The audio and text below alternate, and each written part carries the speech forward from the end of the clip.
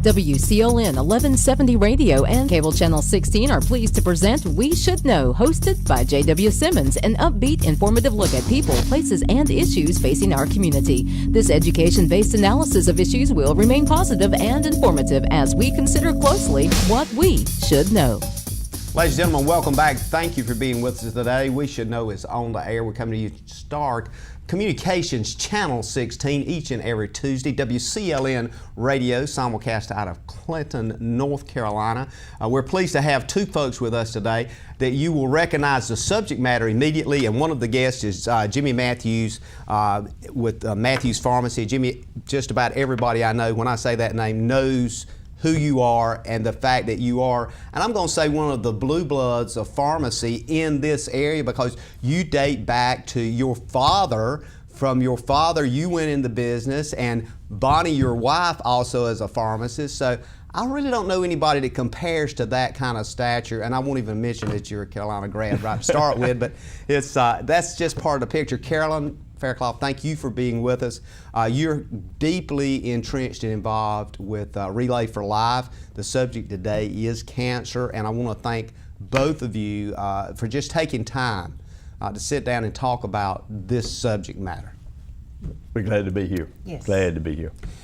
I want to start, if it's okay, and we talked about this before we went on the air, and this is a quote. "It's a hell of a thing to be told you have only months to live when you're 20 years old." Scott Pelley, 60 Minutes, CBS News, and he was talking about Kathy Lipscomb. 20 years old, and this was in 2011. You only have a few months to live. She's still living, still thriving, and working as a nurse today. A follow-up on 60 Minutes just recently talked about cancer. Carol, I want to start with you. Why and how did you get involved, and what propelled you to get involved with this issue of cancer? It kind of started out real funny because my sister, we were into the walking and whatever, and she said, "Come on, let's go walk." I said, "Okay." So we went to Clinton High School. She told me, "Bring a chair and bring a sweater." I said, "Okay." Went out there, and this mass of people was there. And I'm going, what is going on? And it was Relay for Life. Mm-hmm. Somehow, some way, it sunk into my heart. And I've been involved ever since. That was in 96, I believe. Relay has been in Sampson County since 95. And I've been involved with it ever since. Just to, you see people out there, you see people sick with the disease, and you go, one day there's going to be a cure. And it's in my heart, my soul, my blood. I've had family members who have passed away from cancer, and I wish, 20 years ago, the research that has been done would have been available then, because I really feel like they would still be with us. Jimmy, I want to kind of switch to you and talk about, according to statistics from the Cancer Association in 2016, 1,000,006 plus new cases. This is just new cases in the United States. Over 54,000 just in North Carolina. You're a pharmacist, you deal with medicine, you are the doctor of pharmaceuticals in this area and have been for a long time. You see a lot of faces and a lot of results of various kinds of drugs that's used to try to prevent and intervene with cancer. Give us a sense of what your journey and your experience has been. And you're a very busy person. We're fortunate to have you here today. So this is something important enough for you to take your time and sit down and really try to make a difference. Yeah, and JW, let me give you a little history of my involvement.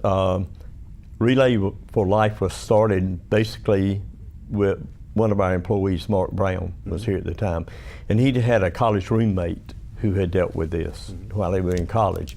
And he just had a real passion for it. So our early involvement was to support him in every way in getting this started.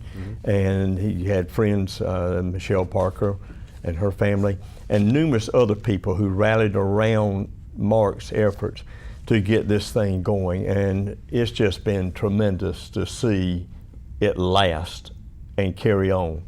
But to answer your question, most of the treatments that are done for the cancer itself are not medicines that we would dispense. Mm-hmm.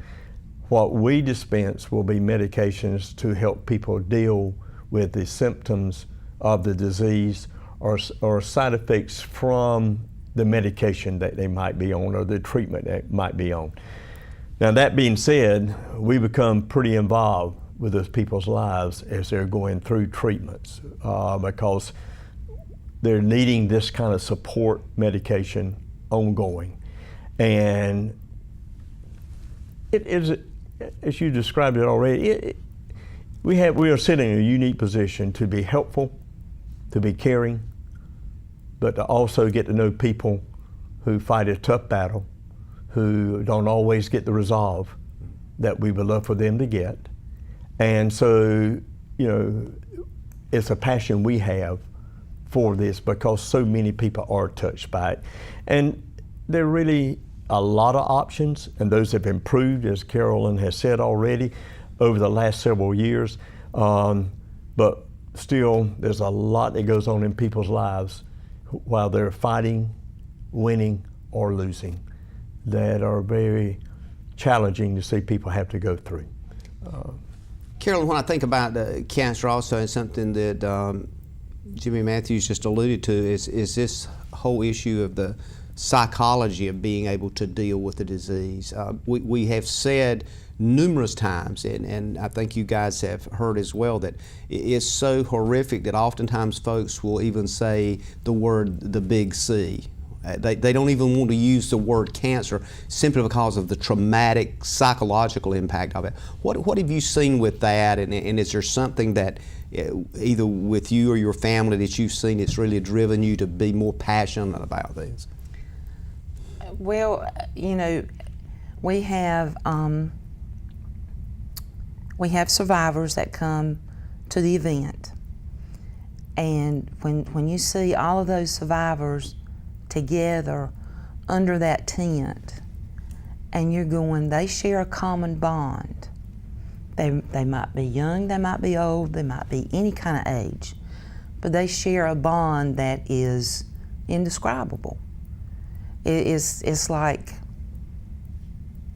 if you just kind of sit back and look at them, they start talking among themselves, and they form a friendship that lasts forever. And their determination to keep coming. Some of them are in wheelchairs, some of them have no hair, some of them you can see their porta casts. I mean, but they all share a common bond. And it's like they really appreciate what Relay for Life in Sampson County does for them. Jimmy, I know you've got a very successful business, and from the time it was back in the 60s when you kind of stepped in and started moving that business forward, and it got so large you had to dissect it and move some part of it across the street, so, because one piece was bigger than the other. But you've seen a lot of faces, and you've, to Carolyn's point, you have watched a lot of folks go through this battle and journey. What's been your experience in the sense of how they made it? You know, you hear a lot of things, words like stage in cancer and stage 4, stage 5 and all this, but just the behavioral part of being able to get through it, what's been that sense with you? Well, play off on what Carolyn said, there's a unique community in every community that have dealt with this, and a lot of the people who are there as survivors are well, but they come to support those who are still struggling or who have just started the battle, whatever. And they know what that meant to them. And it is, I think the thing that is unique, what you need is a support system. And wherever that comes from. And family is, of course, where you start, but then it spreads into your organizations you belong to, the church you belong to.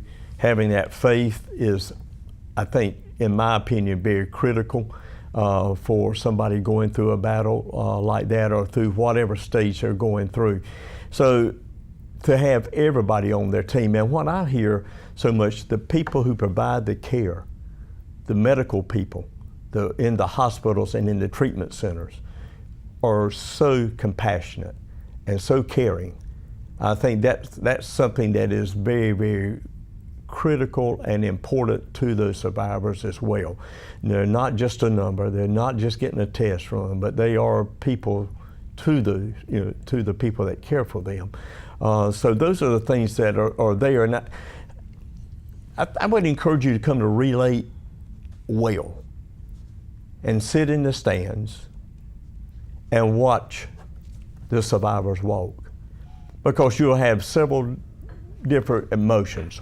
One, you'll say, I didn't realize that person had cancer. They never showed me anything that made me be aware of that. So those people live with such a strength and a commitment to themselves to make things work.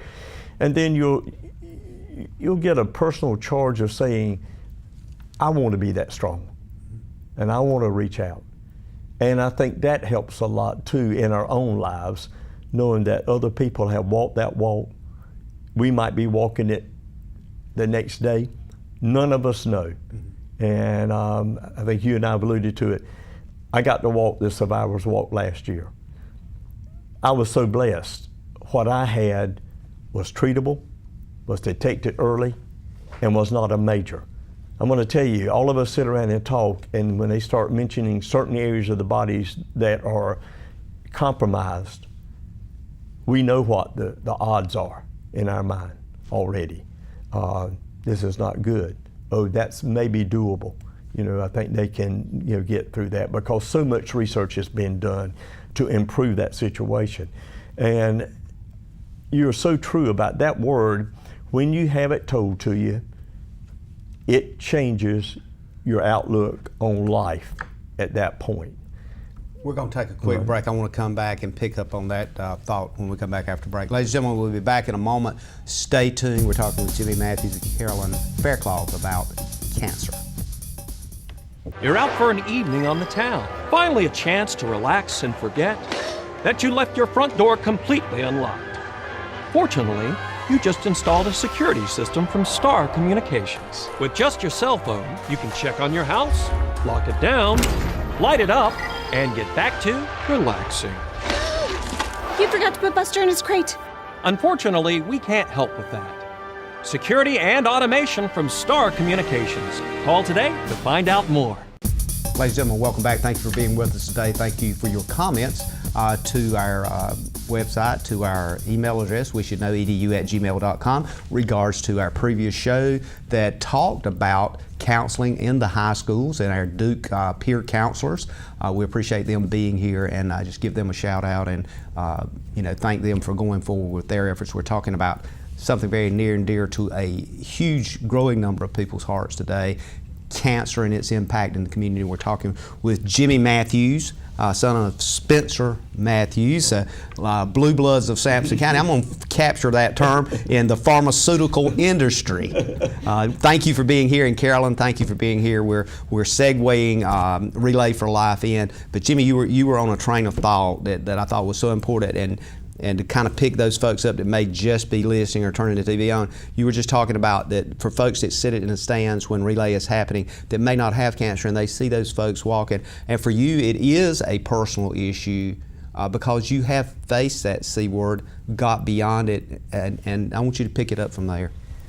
JW, I think what we all must first understand is we will be touched by this disease at some point in our life, either personally or with family members that are close to us, or friends.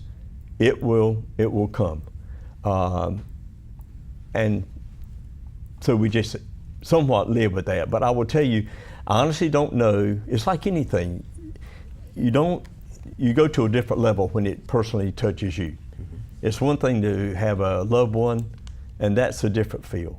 But go to the other, it's another level.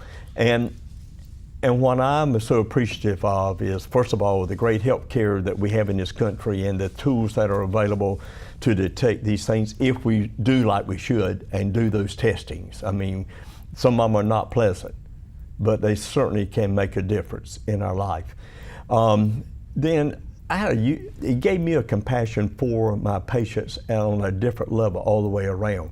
I will tell people I don't need a kidney stone, I don't need a bad case of shingles to love you and care for you, but still I'm separated from where you've been. I mean, so in my case, the uniqueness was initially pretty cool, cut and dry, had great options. I could do chemo, I could do radiation, could have surgery. So a lot of options, and got to walk through those treatment levels and meet some, as I said, these people who are going to be providing this treatment to me, who were so caring and so involved in what was going on. And so I had this simple situation. I had prostate cancer. It's the disease of men, okay? So I was walking along thinking this is going to be doable, I got these options, and then all of a sudden one of the doctors said there's something showing up on your scan in your hip bone that, if, depending on what it is, what we've talked about so far might be a mute issue. And I went, what he just told me was, where I think I'm going, I might never go there, because there could be a bigger highway for me to travel. So I spent about 2 weeks waiting to get this next biopsy done, thinking about, oh, it was this, now it could be this. And, that changes. As a scientist, Jimmy, as a scientist with your background, it must have been traumatic, as I think about what you know and how you understand it from just a pure empirical point of view. That had to be. All that goes away when you're the wow. patient. Yeah. that goes to right field. I mean, you're now, and I understand what you're saying. It's like at times you would want to know nothing, right. but you knew where that was headed in a real sense. Right, and plus I will tell you the other thing that was there, I was in the same ballpark with everybody else who was in a point of anxiousness and deep thought about because there's so many unknowns beyond that point. Probably I knew enough to be maybe a little bit more concerned or anxious about it than maybe somebody else might. But how it played out was that ended up not being an issue, which was, I mean, I don't like to ride roller coasters, but that was a nice one to come off of as it leveled back out and got back to where I had been before, and cut that that anxiety out. But it was that chance for me to understand, when people get this message, what is it? And then we got into treatment, and I was given a lot of options. One was just wait and see. And I came home and I prayed about that, and I talked with my docs, and I prayed some more.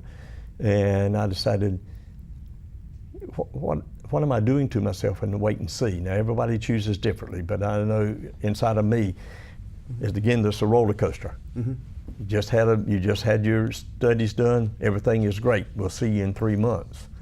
Well, I figured I'd go home and feel good for about 1.5, and then I'd start saying, in a month and a half, I've got to go back. What will they find then? Will we be at the next level? And I just couldn't get a peace about that, but I got a peace about, go ahead, have it taken care of, things will be fine.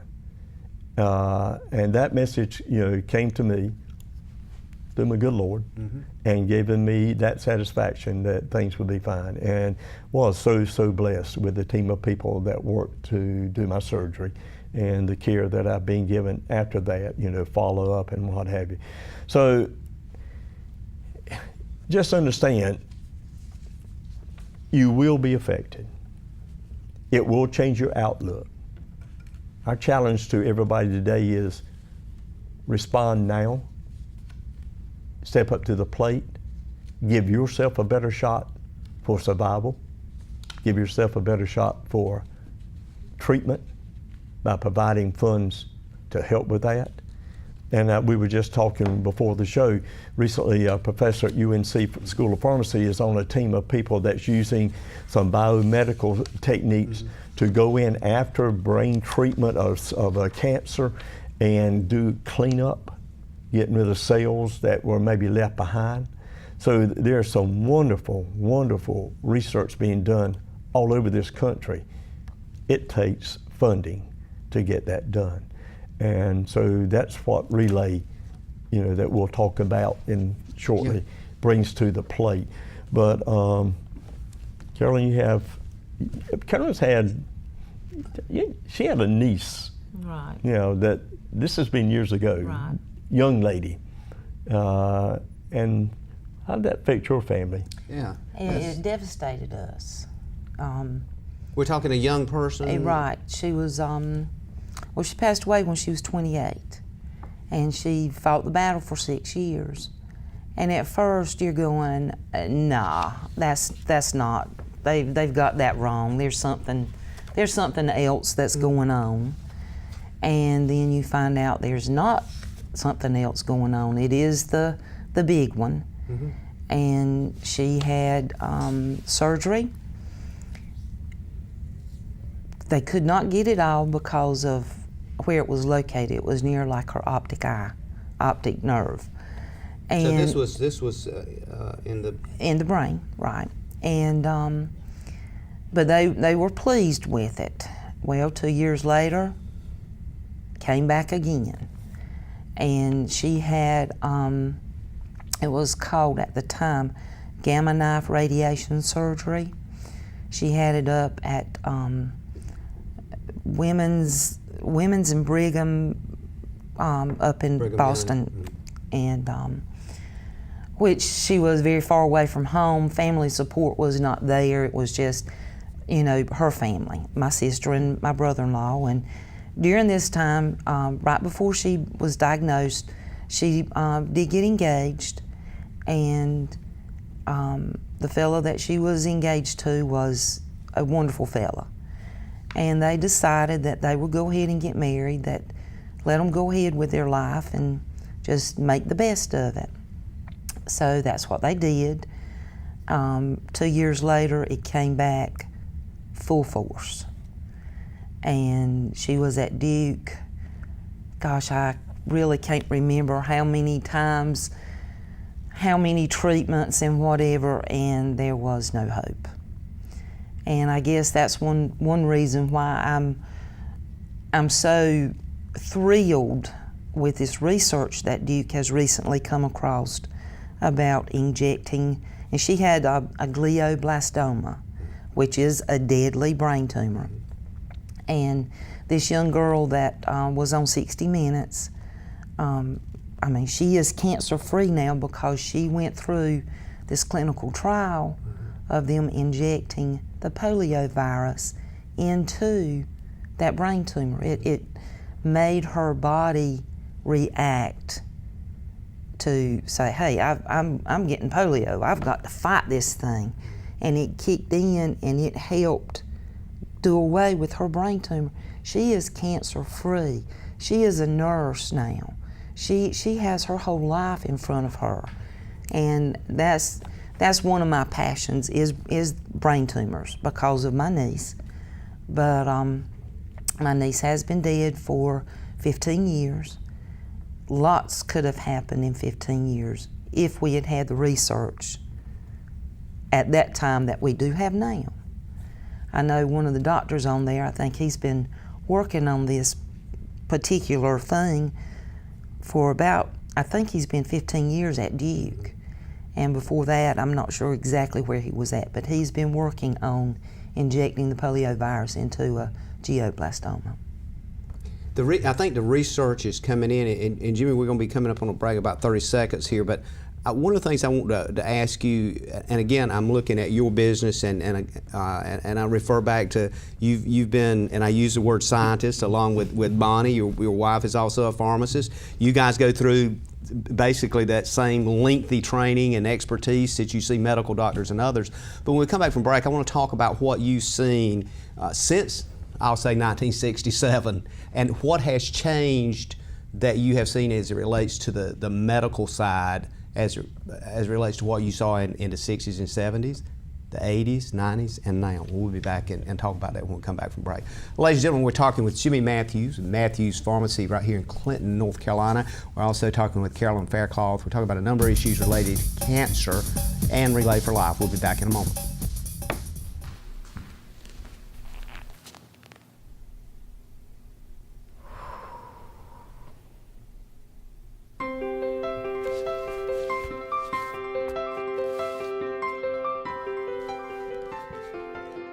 Whether it's video, voice, internet, or cellular, Star Communications connects you to the things you love.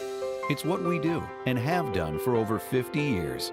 Star Communications, your local technology company. Ladies and gentlemen, welcome back. We Should Know It's on the air. I want to thank you for watching today. I want to thank you for listening to us on WCLN, Star Communications Channel 16. All those folks that mentioned us on the radio, to include the morning show with Grandpa Pat, the L-Man, Nolan Z, also Wayne Weeks with the Gospel Hour each and every week, Robert Stroud with the Boogie Shoes Radio Network each and every Saturday mentions this show, and we appreciate that, Robert. We cannot leave Nicole out. She introduces this show in each and every week. She also hosts a very popular show at WCLN called The Country Store. Nicole, we thank you, and Tommy DeFly in the afternoon. Now back to the issues that we're talking about with Jimmy Matthews, a pharmacist here in Clinton for years, family history in pharmacy, and Carolyn Faircloth. We're going to get into Relay for Life, but before we do, Jimmy, I want you to kind of look at it, just a quick camera shot here in your mind.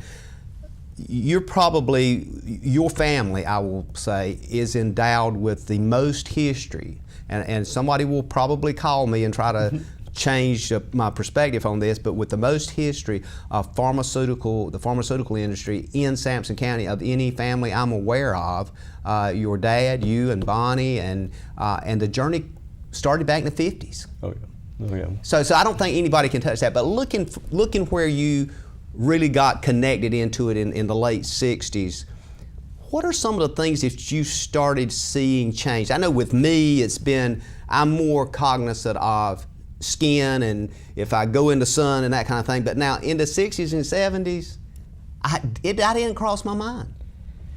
JW, not only did that not cross your mind, nor mine, and got a few scars across my forehead here for gentlemen always recognize where you've been. Absolutely. When you show up with those little tattoos. Cancer, that would be interesting. It was few and far between. And part of that had to do, although I'm going to turn around and say but, was that people did not live as long. Maybe we ate better. Maybe we exercised better. All those things, we don't know enough about cancer to know really what its origin always is, why, and susceptibility. But that was not an issue on anybody's plate to speak of. It was so rare. And it's not only older folks. We have a young lady, I think there's a 6-month-old baby in our community that's been written up recently who has leukemia, and I'm certainly not taking light at that, but that is one area that there is so much research that has been successful and treatments that are good. Still doesn't relieve the pain, the disruption of a household, the anxiety in parents, waiting, and grandparents and everybody else because it's a young life, a new life, one that we have no expectations of having to go through that. So basically it's evolved and grown just out of sight, the occurrence of the disease and then ways to treat it, which is good, and that's wonderful. For us, again, in community pharmacy, just like a lot of community physicians, a lot of the detail of extensive cancer treatment and medications and those type things are somewhat removed from our plate because these drugs are very expensive.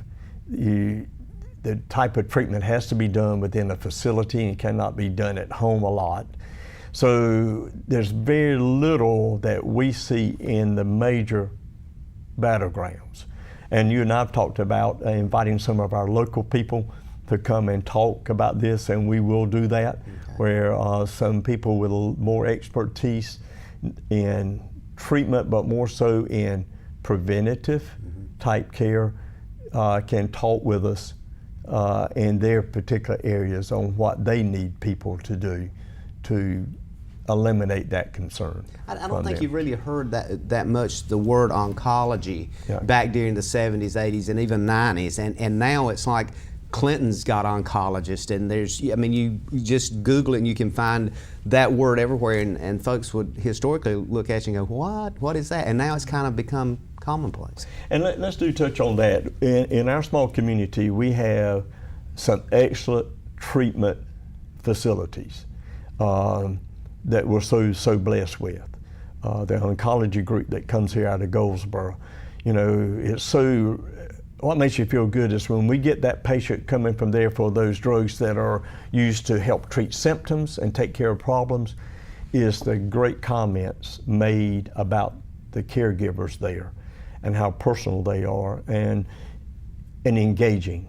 And we find that true with what we have to interact with them with, always willing to step up and do whatever that patient needs, to help that patient. The radiology here on Beaman Street, Dr. Cook is there.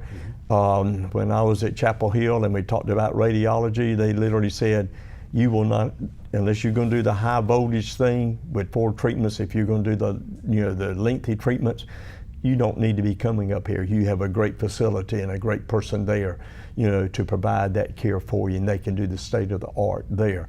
And I had already recognized that because I had talked with Dr. Cook, but it was still great to hear them put that stamp of approval on there too. So, just a lot of good things local that keep us from having to be as transferred and transported as we had to be at one time, where so much of it had to be done. It was such a small field, a beginning field. It was only in these small segments. Now there's still a lot of the stuff that can only be done there, but some of that can be alleviated in time and travel for people. So just excited about good things that are happening. Certainly painful to see people have to endure, because sometimes the treatments are not really pleasant with side effects. We will, not only me, but I'm sure the larger portion of our listening audience will say a little thank you, God, for your journey that you were able to get through where you are now, and we do that. I want to turn a bit and talk about Relay for Life, because Jimmy Carolyn alluded to that a while ago. It does take huge amounts of money to do the research, to bring the scientists together. Duke, as you talked about, is doing a lot of research as it relates to on the cellular level, basically dealing with this cloaking capability that cancer cells has when they infect other cells in the body. But in 1985, Dr. Gordy Clout, K-L-A-T-T, started a walk, and 85 doesn't seem like far away to me, Jimmy, but that's a long time ago, wasn't it? Yeah, I can do the math pretty quickly. Yeah, I'm telling you, it won't yesterday. So if we look at that, from that period of time forward, this Relay for Life thing has not only taken hold simply because he walked, for 24 hours straight, the story on that.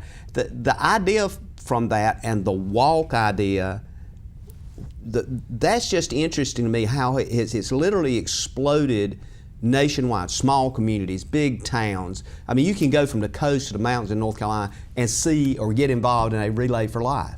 And Sampson County, in this county, along with our listening counties around us, Jimmy knows we have about 8 or 10 counties that pick us up on radio, and then various other forms that we do with the cable TV and the newspaper. So we touch a lot of people, but it literally has exploded into almost a positive kind of approach of saying, we're going to deal with this. We're going to, again, Jim Valvano, fight, keep fighting. I remember one of his slogans, but it's that idea. Talk to us about that in Relay for Life. Well, you not only have those survivors out there, you've got all of these other people who are supporting those survivors. Those survivors see these people, they're out there because of them. They're out there to remember their loved ones who have passed.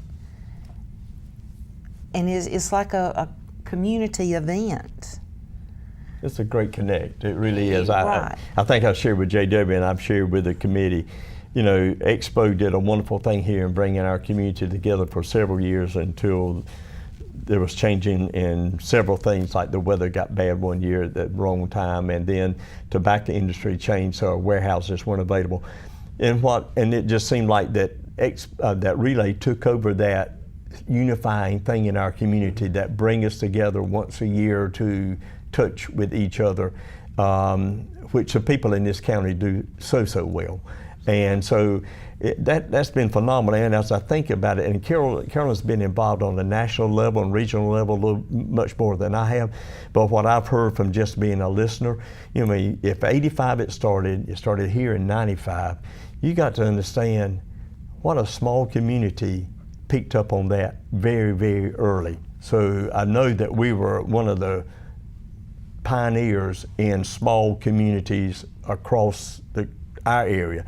And I know that because of that closeness of the community, though at the same time, we did a tremendous job in fundraising. And particularly when it came down to per capita type things, I mean, we were recognized time and time again for the efforts of so many people. It was quite astounding but in it isn't. It's Sampson County. It's who we are. And we come to that rescue. Be very honest with you, you know, everything that runs a length starts showing some signs of wearing. And I think we get desensitized sometimes. We think, oh, somebody else will do it. It's not up to me. You know, I know they have that, but you know what? It's the 1st of June and it's summertime. I'd rather be at the beach. I'll do it next year. Yeah, I'd like to do a luminary for Granny. I mean, that would mean a lot to somebody else's grandmother at some point in time in life, you know, but I'll do it next year. So we've done well over the last several years, but we are not where we would like to be in providing funds for this. So there are reasons that things happen. There are no excuses. And I know if you're like me, every day you get a solicitation in the mail, put that money in an envelope and send it off to somebody. We're going to take a quick break. We'll come back and get into the details of Relay for Life and when it is, what they can do, when they need to show up. Ladies and gentlemen, we'll be back in a moment. We're coming up on our last segment. Stay tuned, stay with us. We'll be back in one moment. What? How can that be? No way someone broke in and stole my TV. Unless I want to install steel bars, I'll call the experts in security. Star Communications is the one that I can trust to get the job done. Yeah, the only thing worse than that is not feeling safe in your own home or business. Call Star Communications now. We're your local security experts, from alarms and monitoring to automation and personal protection. Word. Ladies and gentlemen, welcome back. We Should Know is on air. We're talking today about the Big C, about cancer, about how it impacts lives, families, communities, and what you will or will not do about it. Jimmy Matthews, local pharmacist here. We discussed your history. I just want to come on one time and let's talk. Me and you talk about your history and the pharmaceutical industry. We can do that separately. Might not be very thrilled. And then Carolyn Faircloth, Relay for Life. You guys are really making a huge step and pushing that forward this year. Jimmy, we kind of went, as we went off air, you were making some very important comments about Relay for Life and how it impacts. So I'm going to let you pick Just up. Let me quickly remind all of us that, you know, daily we're solicited by mail and by phone and every way possible to give to charitable organizations, and they are worthy. There has been a lot of exposure about sometimes they're not very trustworthy with how they invest the monies we give them. The beauty of Relay is this: a local committee of people from Sampson County know where that money is going, have to buy into that, and that money goes to research with some overhead expenses that we have for things that we cannot do, and they're going to be there regardless, you know, any fundraiser, but they are minute compared to what you hear from some fundraisers. So I think this is the other thing that you can have so much faith in. I'm going to give to something that I want to support, and I want to make sure. So sitting on this board of people that you all know and trust, and they're going to be watchdogs of that money and hold the organization accountable. If that ever goes astray, then we've got the right to and the power to just say it's over from here. But that's not the case. So it's credibility and accountability, yeah, two key words. Yeah, absolutely. Carolyn, this thing is coming quick. I mean, we're talking in the next week or so, this thing is going to be here, and you're looking for everything from teams to get together to raise funds to numbers of people that walk, the folks that show up. This is an overnight event, so kind of lay it out for us and what you want folks to know about Relay for Life. Okay. First of all, I want everybody to know that only 5% of the money that's raised goes, or 5% of your dollar goes to managerial overhead. We only have one paid person for our county. That paid person is employed by the American Cancer Society, and she handles 3 counties. Everybody else in Sampson County is volunteers. While we do have expenses that come out of the money that we raise, we try real hard to keep those expenses very, very low by donations or whatever. Our event is June the 3rd. This year we have elected not to do an overnight event. The gates will open at 4 o'clock and it will end at 10 p.m. Luminary ceremony will be at 9 p.m. Opening ceremony is at 7. That's when the cancer survivors are recognized, and we'll take their lap and the caregiver lap, and then Relay starts. We have a whole bunch of entertainment lined up. We have a kids walk that will take place. This kids walk is headed up by Michelle Parker. She has done a great job ever since she was one of the first ones that went in and went in with Mark Brown, and she is still doing Relay. She has a number of things lined up for those kids to keep them interested, plus it shows them, it gets them involved in the fight against cancer. She also has a t-shirt design contest that goes out amongst all the schools. Kids get a chance to design the t-shirt for the kids walk based on our theme, which this year our theme is Kicking Cancer. It's kind of a mixture, maybe like a country bluegrass type theme. And it's called, Kicking Cancer. Kicking Cancer. So I'm not sure what these kids have designed for a t-shirt, but we will see. Survivors are our main concern this year. We want to make sure that they feel loved and cared for, and everybody shows compassion for them. We have a number of teams, a number of the event staff who are making goodies to go in their goodie bags. Instead of buying commercial retail type things, it's being made to show them that extra personal touch. On the Thursday night before Relay, we will have a second part of the Torch Walk. The Torch Walk will take place at the Clinton Family Worship Center. It will go to the football field, which is down Elizabeth Street, escorted by the Old Lightning Rod Car Club, who is a major sponsor of Relay. Anybody is welcome to come and walk. If you can't walk, I'm sure some of these folks will give them a ride in their old cars. This, on the 21st, on Saturday the 21st, we will have the Survivor Dinner. It will be at the Clinton Family Worship Center beginning at 5 o'clock. All survivors are welcome, and they can bring a guest. Earlier that day at 1 o'clock, we will have the first part of the Torch Walk, which will go from the Oncology Center on Beeman Street to the Clinton Family Worship Center. The events are laid out such that, Jimmy, such that folks, no matter where they're at or what's going on, they could get involved in some part of it during that period of time. Right. Absolutely. It's not like they've got to be there at 4 and they can't leave to 10. So if they get off work and they can run by for an hour, right, get engaged. Right. Or if it's after dinner and it's 8 or 9 o'clock at night and you can feel like you can go out, get involved. And there are going to be some people with food for sale. That's part of the teams, and so it'd be a nice place to catch your evening meal. Just come out, hang out, eat some good locally cooked food, and and just enjoy what we hope and pray will be a beautiful night. Last year it was. It was just gorgeous. And so that walk on that Saturday, the first part at 1 o'clock, which is on the 21st, right? Right. Which is next weekend.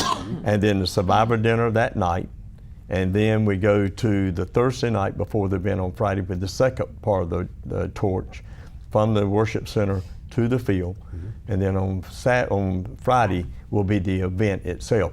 And the focus has been, I mean, all night was fine. That was a novelty for several years, but that's a long haul, particularly with family, with kids and what have you.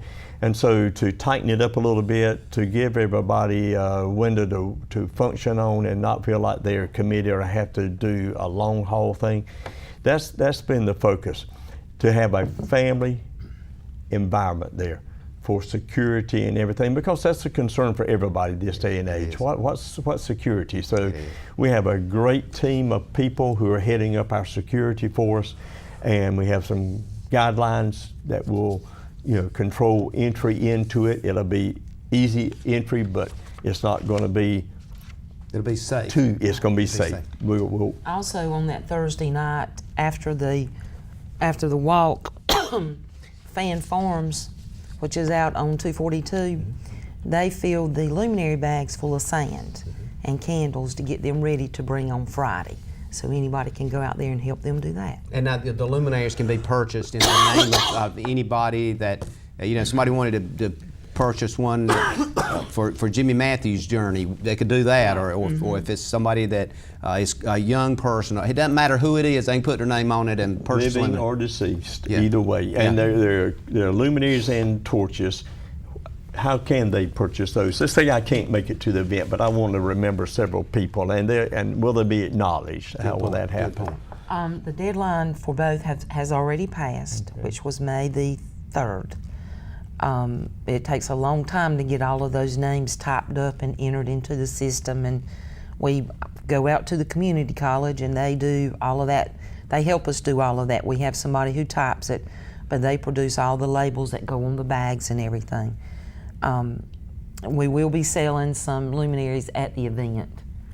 If somebody wants to purchase that. The torches we have to purchase ahead of time. Yeah, simply because of preparation and being able to make sure when I look at the numbers of people that already have groups, I mean, I don't really have time now to read everybody's name, but it's amazing, 20, 30 groups of people that's just step up, and they raise huge amounts of money. Star Communications is on that list, by the way. Right. State Employees Credit Union.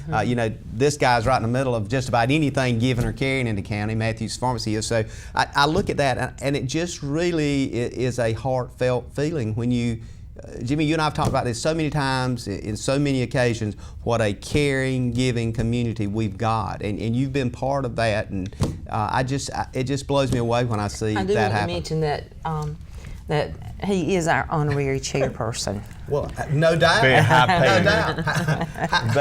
How could he not be? How could he not be? And JW, let's touch on one other thing. When I was visiting Robert Stroud Saturday, we mentioned this, and so many people will say, but I want it to go to the patient. I want to help the patient.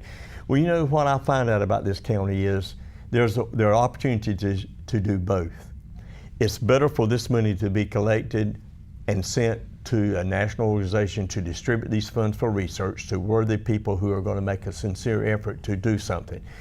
And then this community is always going to find a way to support the patient. I mean, we're good at doing that, and there's some things ongoing right now.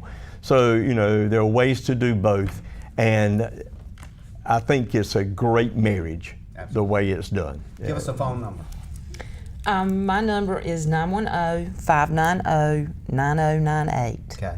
And we're going to script these numbers at the bottom of the screen so folks can see this on TV. And of course, this show is replayed at 7 p.m. Tuesday, Wednesday, and Thursday, uploaded to YouTube, so you'll be able to pick it up on YouTube. So keep that in mind. Well, let me just ask Carolyn a quick question. Let's say I can't get there. Can I send you a check? Will you put an address up? I could send a check made to you to go into. If they will call me, I will be glad to give them an address. I want to thank both of you for being here and your efforts and dedication to the community. Ladies and gentlemen, thank you for being with us today. We always enjoy doing this show.